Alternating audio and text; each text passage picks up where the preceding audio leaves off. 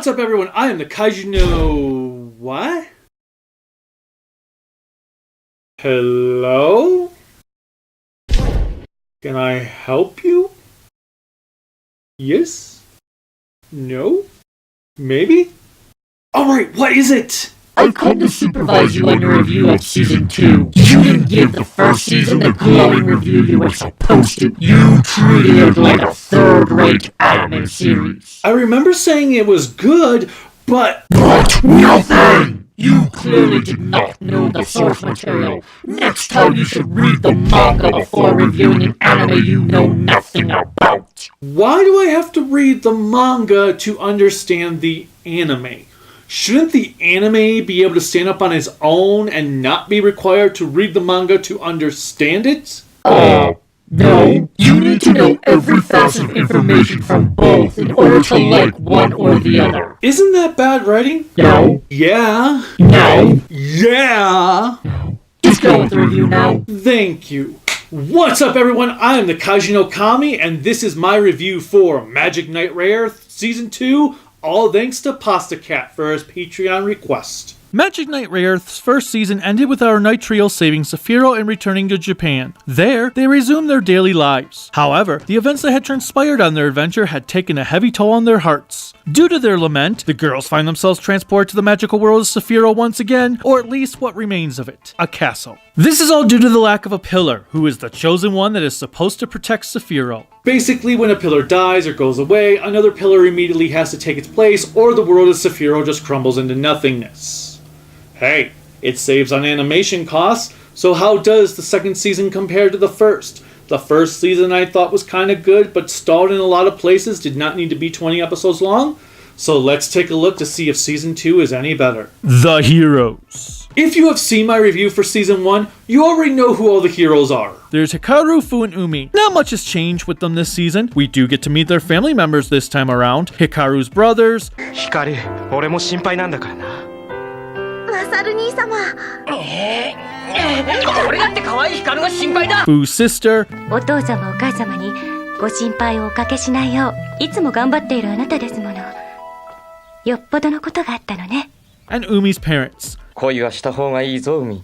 恋をしたおかげでパパはママのような素敵な女性と結婚できたんだから。The only major plot thread here is that the girls felt upset for having to kill a crazed Princess Emerald, especially Hikaru, who really takes the ordeal to heart. もう一度セフィーロに行きたい。今度こそ柱であるエメロード姫が大切に守っていたあの国のためにできることをしたい。 Aside from that, they're the same. They don't upgrade, obtain any new weapons or gear, and the rune gods do pretty much remain stagnant, though we do get a lot more footage with them. Which is cool and all, because I want to see more stuff with the rune gods. It's just that they don't do too much different from the last season in the few fight scenes. Most of the fight scenes feel like they're just video game cutscenes coming together with like and all this weird stuff. I mean, look at this scene here.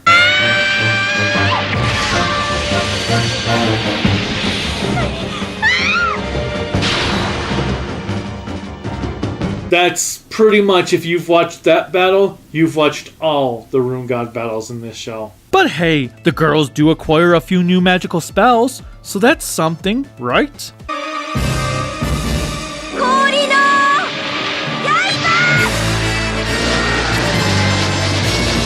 All of our favorite characters from the last season return. Clef, Sup, bitches? Mokina, who it now seems has become a cannibal because in this one scene he tries to eat Tinkerbell.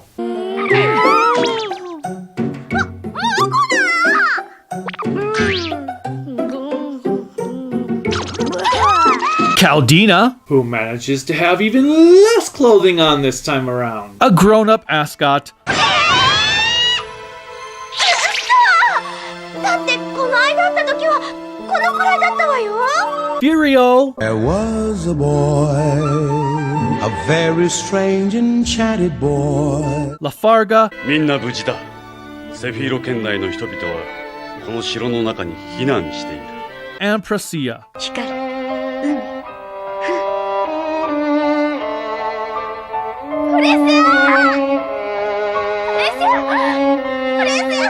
Perseus comes back from the dead because, oops, we didn't realize she was going to be important to the story later on. Shit. We also get to see Ascot pine away for Umi, who is the reason he made himself grow into a teenager, and Caldina and Lafarga admit feelings for each other as the season progresses.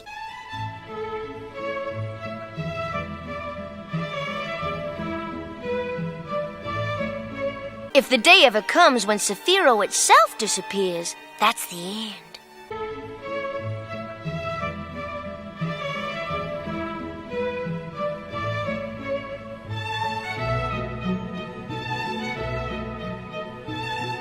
You know what happens when I touch somebody. You want to end up in the hospital?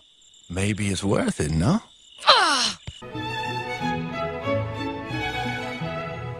The newest addition to the heroes is Zagato's younger brother, Lantis. お前たちが伝説のマジックナイトか。 Lantis was away in another kingdom when the events of the first season transpired, so he missed out on all of the fun. He wields a powerful sword that is able to disperse magic attacks.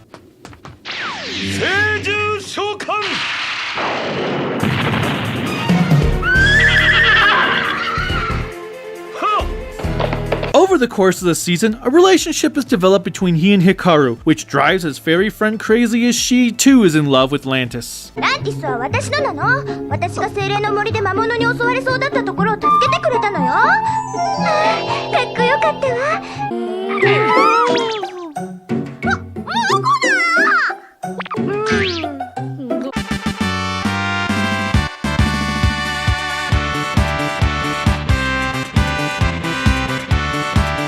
The villains. Last season, the knights took on rogue mages, priests, and the like.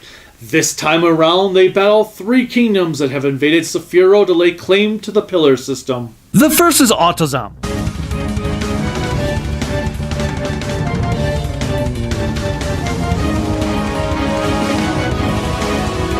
An empire where the inhabitants have come to rely heavily on machines to perform their daily life functions. Unfortunately, we never get to see any of the inhabitants of Autozam outside of the single airship featured in the show, but my guess is they look like this. Make a place scream. No, it doesn't sound. Look, I'm tired of it. If you can't fool the straws, you have to use. Anyway, the invading generals are the androgynous Eagle, voiced by Megumi Ogata, FTO が発射したバリアに精神ショックを与える電磁波が組み込まれているんです。 who you may know as Sailor Uranus in Sailor Moon, and Shinji Ikari in Evangelion. His lieutenant Gio and their mechanic Zazu. This is the morning report. No. Wrong Zazu. Eagle's mission is to become a new pillar so Autozam scientists may study in order to rebuild their civilization. 精神エネルギーを数値に変え、それを国を動かす力としてきた。あまりに機械化された世界は便利さの代わりに人間から精神エネルギーを奪ってしまいました。 As the season progresses, we come to learn that he grew feelings for Lantis back when Lantis stayed with his empire as he was searching for a method to remove the pillar system from Sephiro's economy. This, among other things, leads to a rivalry between Ego and Hikaru. Oh, and, he's kind of dying by a disease, go figure. Lastly, Ego also has his own mech suit that allows him to battle the Rune Gods.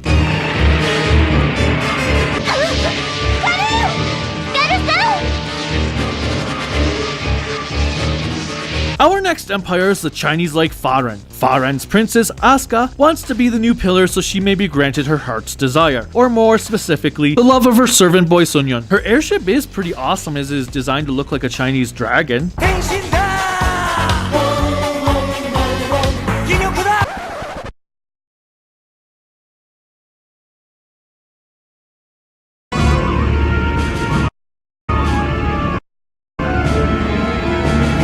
Alrighty then.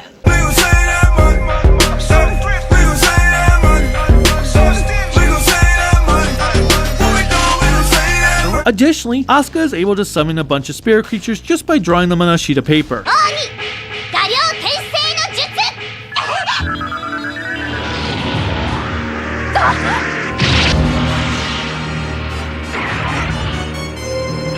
One of my favorite scenes with her is when she starts to teach her sensei how to laugh maniacally.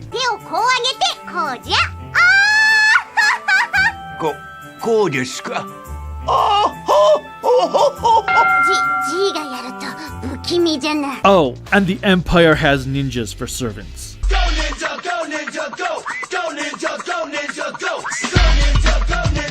Hey, you know, if you're gonna have faceless foot soldiers, ninjas are definitely the way to go. Lastly, in a similar fashion to Hikaru and Eagle's rivalry, Foo ends up being the one to contend with Asuka.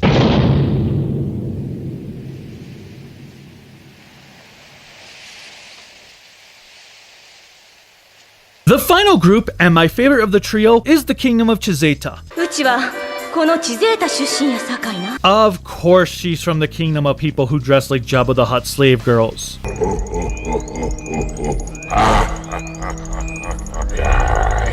In all seriousness, I absolutely adore the sisters Tatra and Tarta. They liven up the show so much whenever they are on screen, as they are just a bundle of joy to watch. なんだあれは。強そうね。負けそうね。 It also helps that their equivalent to the Rune Gods are a duo of djinns. As some of column A, try all of column B. I'm in the mood to help you, dude. You ain't never had a friend like me. Your mumbo jumbo doesn't measure up. Let me pontificate upon your sorry state. You're only second rate. What's even funnier is how everyone else around them is freaked out by the djinns, calling them ugly. But the best part is even when Tatra recognizes this aspect too. あの精霊ジンを見てどう思うかしら。かっこいい。よくわかったわ。タータの旦那様ってきっとああいう人なのね。 I also want to point out that both sisters are voiced by the amazing Aya Hisakawa and Kikuko Inoue. おいしい。今戦闘中中トロ野郎だ。タータまた言葉遣い。そんなことはもうちゃんと真面目に戦うんや。 If those names do not sound familiar to you, you may know Inoue better as Lust from Fullmetal Alchemist and Insun from Gokaiger, while Hisakawa is the original voice for Sailor Mercury and Madame Noir in Tokuger. She is also the new voice for Bulma in Dragon Ball Super. Additionally, Inoue is the Japanese voice of Celestia in My Little Pony. Their whole purpose for wanting to be the pillar is to add Cephiro to their very tiny empire that is suffering from overpopulation and famine. 我がチゼータの領土はここだけなの。私かタトラ姉様がセフィーロの柱となってもう少し国を広げたいなって。 Being that Fu and Hikaru have already laid claim to having some sort of relationship to the other two kingdoms, it is only natural to believe that Umi has hers with them, which she does.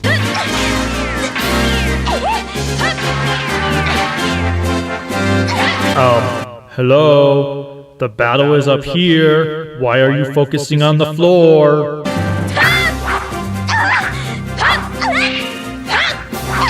At one point, she wakes up finding herself wearing their clothes, thinking the girls stripped her down, only to learn that her clothes disappeared when she was unconscious. Wait, does this mean if the magical knights die, they go naked?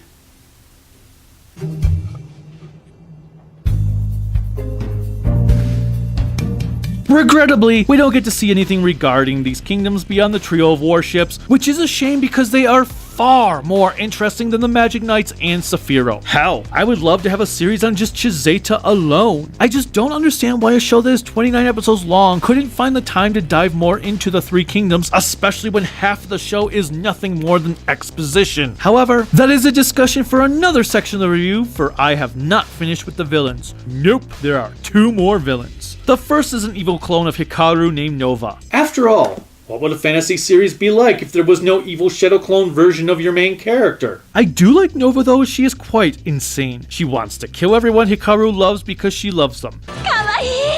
ヒカルの叫び声大好き。もっとかわいい声聞かせてヒカル。Oh, she's sweet but a psycho, a little bit psycho. At night she's screaming, I'm on my mind, my mind. It sets her apart from the other villains of the series who have some big, idealized goal in mind. 久しぶりね。 Except for her. I almost forgot. Alcyone returns in the show because she survived the first season, I guess.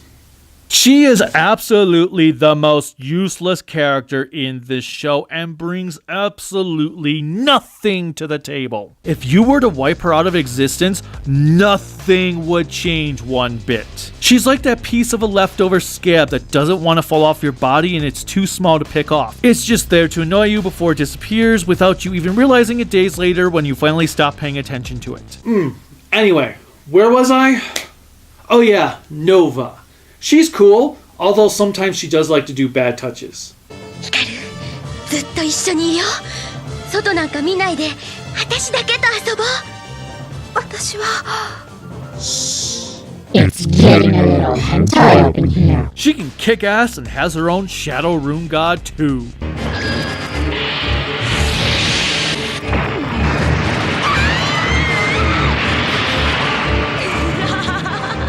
Lastly, there is Debonair, the main villain of the series. Debonair, she is not. She's like a modern Sentai villain that she exists for there to be a reason for the Magic Knights existing. I don't understand the point of her since we already have Autozam, Chizeta, and Farin there, but at least she serves a purpose compared to Alcyone. She's also voiced by Atsuko Takahata, who played Mari Barin in Kamen Rider Black RX and Kanoe in X. かわいいのばセフィーロの柱でさえ壊せなかったマジックナイトの伝説を打ち砕いておやり The animation and music. The animation music are pretty much the same as it was in the first season, though I do feel like the animation kind of took a turn for the cheap.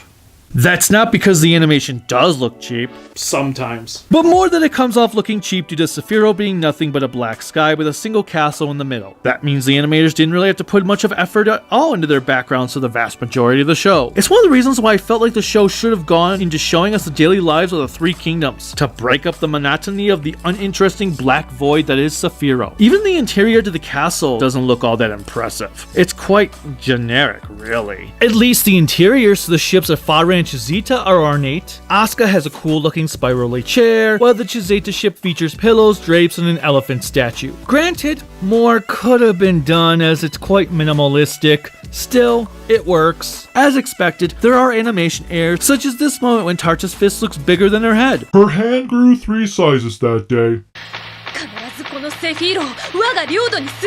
Fight scenes aren't anything special either. As I already mentioned, sometimes it feels like they are video game cutscenes rather than a full-on animated battle.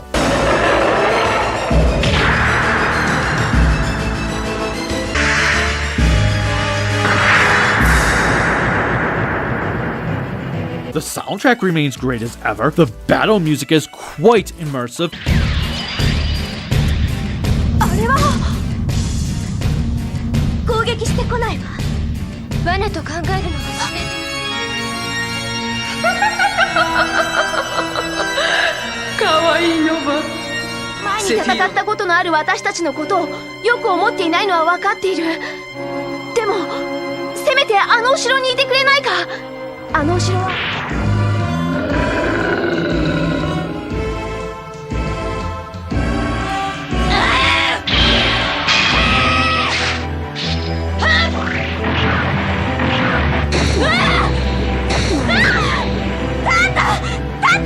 As is the theme music for Chizeta and Farin.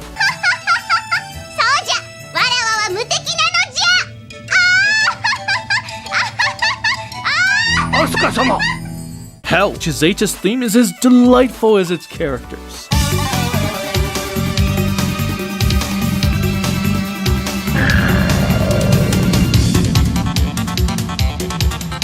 As for the opening and ending themes, there's a couple of them this time around. The first opening song by Ayumi Nakamura is titled I Can't Hate You.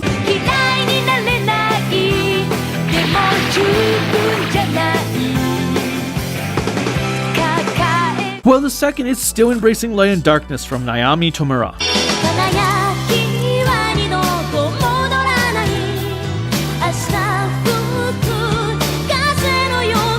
Neither one of them is bad, yet neither one of them wow me at all. They don't even really do much to get me into the mood of the show, which is what they are supposed to do. So I'm not sure if I should consider them failures or not. Fortunately, Manako Honda's first ending theme, Lullaby, Let Me Embrace You Tenderly, is very catchy and upbeat.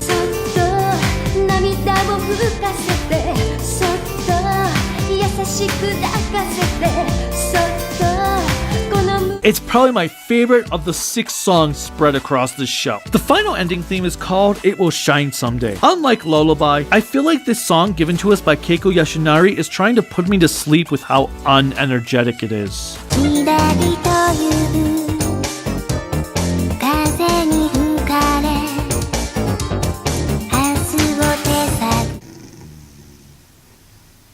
Well,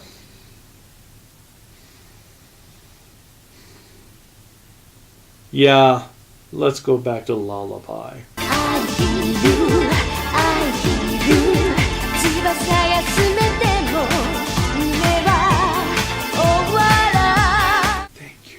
The episodes. As I previously said, for being 29 episodes, it doesn't really feel like much actually happens.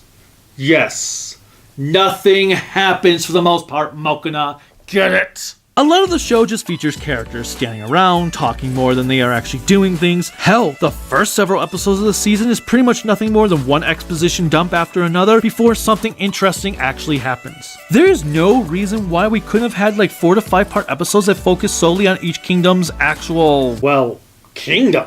Like when Foo and Umi are captured by Farin and Chizeta. It should have been that when they woke up, they found themselves in that country's own land and we got to see their way of life, their daily struggles, their rulers, and what really motivates the princess's desire to become the next pillar. Basically the classic saying of show, don't tell. Instead, they do just that. They tell us their motivations. Fine, I can understand only telling it for Foo since Asuka's sole purpose was to get a boy to like her, but there was still no reason why we couldn't have gotten to see the actual society each invader came from. They are so diverse enough in their economies that it could have really set the show apart from your average isekai series. It may have even been able to give a show like Escaflowne a run for its money when it comes to showing off rich and diverse kingdoms. Furthermore, the series could have easily gone above and beyond being a standard magical girl show by steering into the political thriller territory thanks to the motivations behind each of these kingdoms' representatives. At the end of the day though, they were too afraid to do so, so they didn't, and as such, the show suffers for it. That's quite tragic because a series that runs nearly 50 episodes needs to go beyond just one gimmick in order to find greatness. Nevertheless, it's time to talk about my favorite and least favorite episodes, and since they are neighboring episodes, I might as well start with the one that came first, which is episode 32, Me and Foo and Farin and Chizeta. I think I missed a couple of ands somewhere. In this episode, Chizeta has just shown up for the first time and the sisters send out their djinns to attack Cephiro. This leads to a showdown with Foo and Umi, kind of.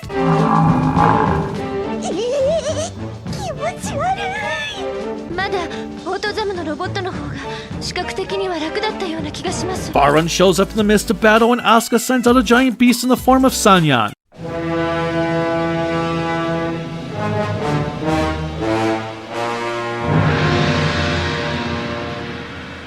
This ended up being my favorite episode of the series because it was the one I had a lot of fun with. While the show was not bad beforehand, this season really started to drag its feet to the point where some episodes were coming off a tad boring. It wasn't until this one where I really started to enjoy myself, as it was just a fun time all around with hilarious jokes, moments, and some good action scenes to boot.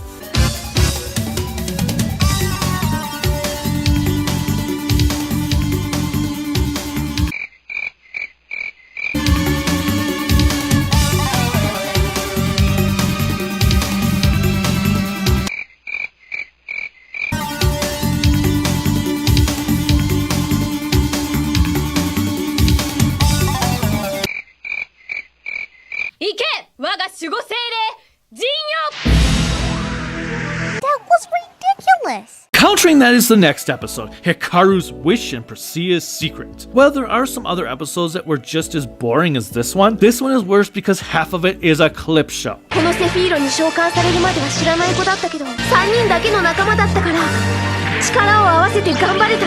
一緒に東京に帰るために戦えたんだ。In the last battle with Nova, Hikaru lost her sword, and as such she needs Perseus' help to forge a new one. In order to do this, Perseus needs to send Hikaru into the recesses of her mind, or something, and Hikaru starts to envision past events. I won't give away Perseus' secret, which is what the first half of the episode focuses on, but it's more of a facepalm-inducing moment than anything else. It's just a bland, uninteresting episode, partially due to it being the follow-up to the season's best, though the clip show portion doesn't help matters either. Overall, I don't really feel like Magic Knight Rayearth's second season did anything to go above and beyond what the first season already did. Cephiro's still in danger, just for different reasons, kind of. Thus, I'm just going to have to repeat my score I gave the first season by keeping this at an average 3 out of 5 grown-ups in spandex. It's really a shame, as there is a solid 26 episode series that can be found among the 49 episodes we actually got. Had the season and perhaps the series been more streamlined and gone above expectations, it could have been one of anime's greatest achievements. As is, it's just an average series that's worth a one-time viewing. Don't you agree, Mokana? Yeah, man, well, that's like just your opinion, but whatever, I'm out of here. Bye. That's what I thought. Until next time, bye.